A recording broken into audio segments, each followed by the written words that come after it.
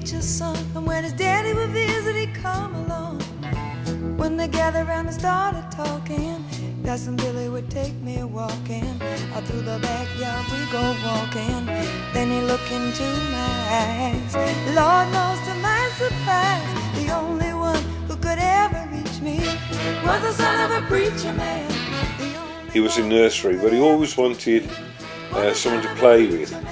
And Sandra, she was at home on her own, and Paul, he would be about 4, and she remembered him being out on the grass out the front in Garrett's Green and just crying out, "Will somebody come and play with me, please?" And apart from church, because he's gone to church since he was a baby, and he's had good friends at church, really good friends at church. When he was at home, over at Garrett's Green, we were out on a limb while he was on his own. But then of course we came back to Quinton, the house which we're living in now, been here for 32 years. And Paul had just started school then, around at 4 Dwellings. And of course he got his regular friends, Martin and Michael. And there was a time when skateboard was all the fanatic. And he got his skateboard, but Paul is really clumsy. You know, he's one of these who's good academically, you know, all theory. But when it comes to something practical, particularly as a lad, you know, he was 2 left feet and 4 thumbs and no fingers was poor. So the first time he went out with his skateboard, he'd only been gone about 15-20 minutes, and a knock at the door, and Sandra went to the door, and what was the lad's name? Kevin. Kevin was standing there, and he got his hand held up, and in between his finger and thumb, he got Paul's front tooth, the whole tooth, the root as well. Paul had got on the skateboard, fell off and knocked his front tooth completely out, the whole thing. And then, from after that, there was about 3 or 4 years where he got braces just to get all his teeth moved round, jumbled round in his mouth to get it back right. Well, of course, so important for Paul, he got to have his face right and he got to have his teeth right, because, well, Paul couldn't go past a mirror or a car without first of all looking in the window or looking at the mirror.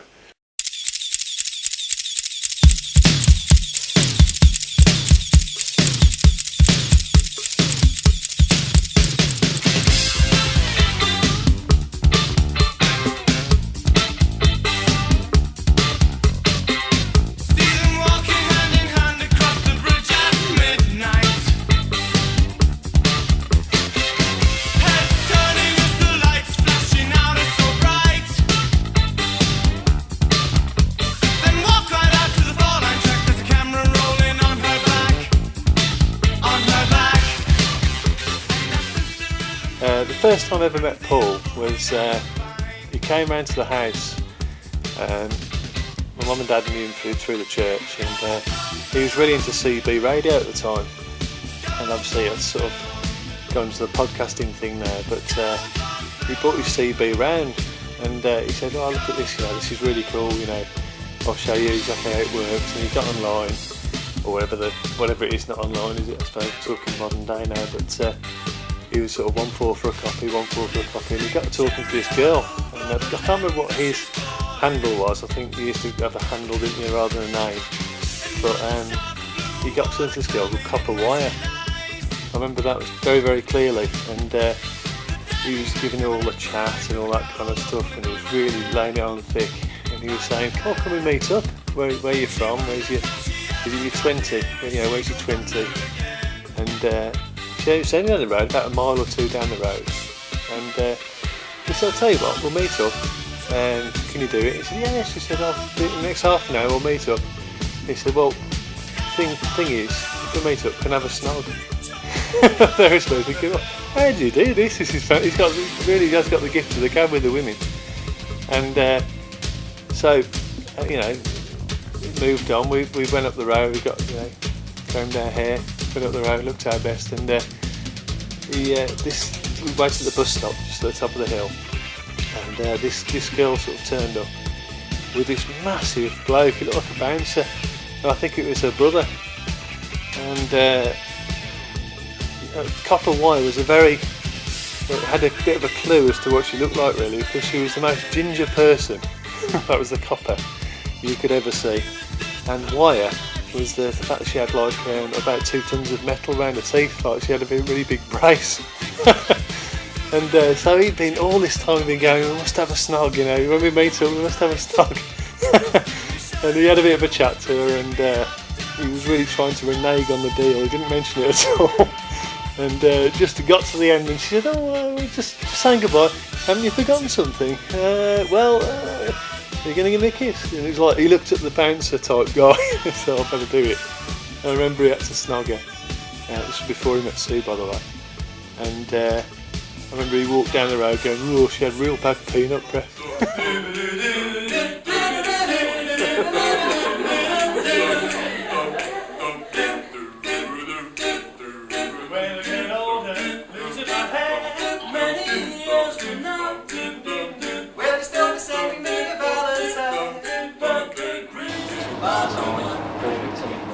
Take these, Susan, Elizabeth, Tyree Mills. Take thee, Susan, Elizabeth, Tyree Mills. To be my lawful wedding wife. To be my lawful wedding wife. This cannibal went on a holiday and he came back with one leg. And this fella said to him, oh, how come we've only got one leg? He said, oh, it's our catering.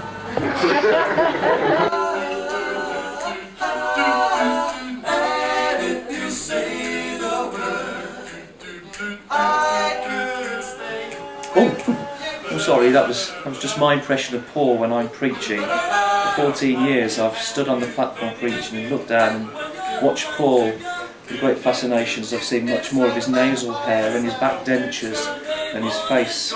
Anyway, Paul, happy birthday to you. I can't believe you're 40, you've joined a very prestigious club. I've known Paul about 15 years and he's a really good friend, but he probably doesn't remember my name. From an early age, you knew that Paul was going to be musical. He was the only kid in our school that could burp the national anthem. We've only just begun to live.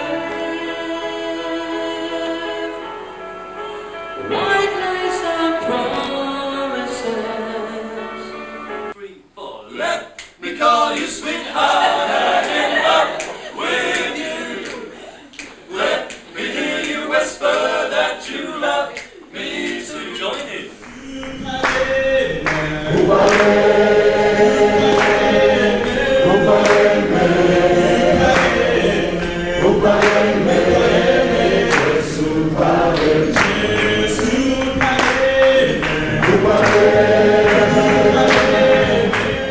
Hello there, very good morning, very good afternoon, very good evening, wherever and whenever you are. How you doing, everybody? Paul Nicholls podcast, Paul, from southwest Birmingham in central England, in the caravan at 11:15 on my drive. How you doing? Blimey, I haven't done a podcast in ages, and I keep saying that. Gosh, when I very first started, 2.5 years ago, nearly 3 years ago now, I used to churn my podcasts out twice a week. Now it's sort of once a month. Anyway, I hope everybody's well. Hope that all is well with the world, and such like. Got some great music for you. You're proud of Paul? He always raises me to the stairs and lets me win. And when he says prayers with me, he says, "Oh, woman," instead of "Oh, men." He plays games with me instead of watching the news. I think he is a super best dad, and I love you, and I love him. Love you, Daddy.